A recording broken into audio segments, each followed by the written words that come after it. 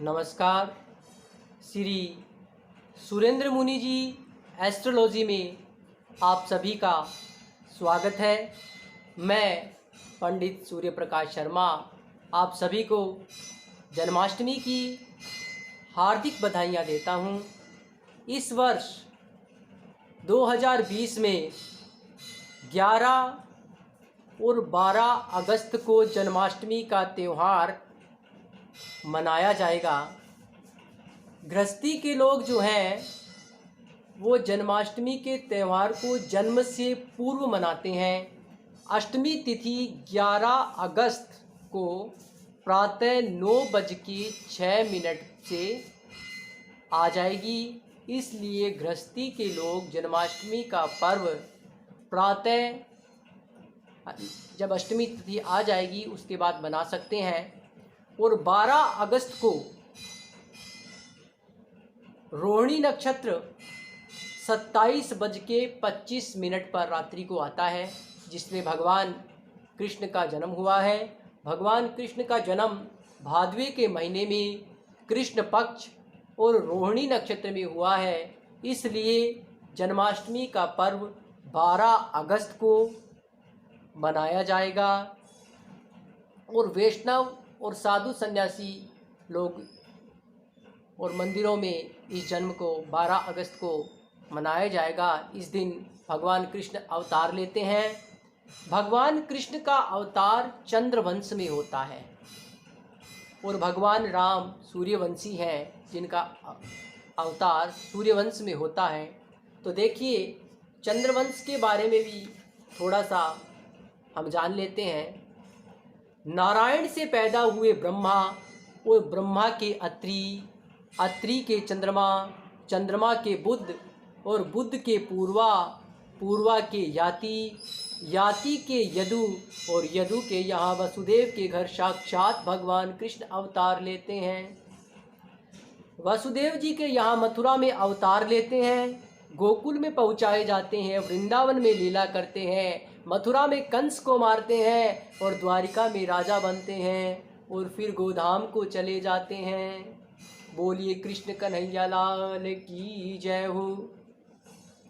परीक्षित सुखदेव जी से कहते हैं, प्रभु आपने रामचरित्र का वर्णन किया, आपने सूर्यवंश का वर्णन किया, बड़ा विस्तार से वर्णन किया, लेकिन जिस कृष्ण ने मेरी गर्भ में रक्षा की उसका चरित्र इतना संक्षिप्त में सुनाया।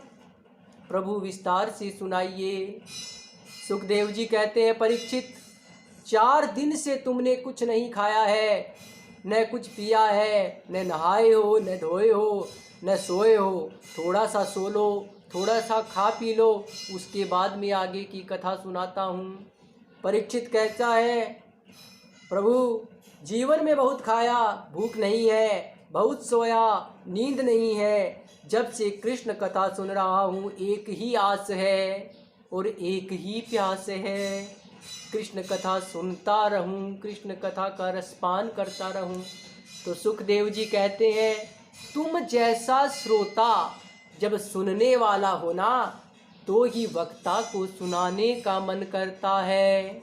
और महाराज जब श्रोता सुनने वाला न हो तो वक्ता को भी सुनाने का मन नहीं करता। श्रोता जब सुनने वाला होता है तब ही वक्ता को भी सुनाने का मन करता है। और इधर महाराज कंस देवकी को रथ में बिठाकर ले जा रहा होता है। रास्ते में आकाशवाणी होती है, हे मूर्ख कंस, इस देवकी के गर्भ से जन्मा पुत्र ही तेरा काल है। कंस देवकी को मारने के लिए दौड़ता है, मारने के लिए आतुर हो जाता है। वसुदेव जी कहते हैं, कंस देख ये तेरी बहन है, ऐसा मत कर। कंस कहता है, इसका पुत्र मेरा काल है तो इसे पैदा ही नहीं होने दूंगा। वसुदेव जी ने बहुत समझाया लेकिन कंस नहीं माना। पहला बेटा कंस मार देता है, दूसरा, तीसरा, चौथा, 5वां, 6ठा और 7वां बेटा भी कंस मार देता है। देवकी के 8वें पुत्र के रूप में भाद्वे के महीने में कृष्ण पक्ष और रोहिणी नक्षत्र में शंख चक्र गदा लेकर के भगवान अवतार लेते हैं। देखिए, भगवान जन्म नहीं लेते हैं, भगवान का तो अवतार होता है। और जब माँ ने कहा कि बालक बनो, छोटे बनो, तो भगवान छोटे बन जाते हैं। और जैसे ही माँ ने गोद में उठाया, हथकड़ियाँ बेड़ियाँ सब खुल जाती हैं, पहरेदार सो जाते हैं। भगवान को लेकर वसुदेव जी महाराज गोकुल की तरफ चल दिए। रास्ते में महाराज पानी बरसने लगा, बिजली कड़कने लगी,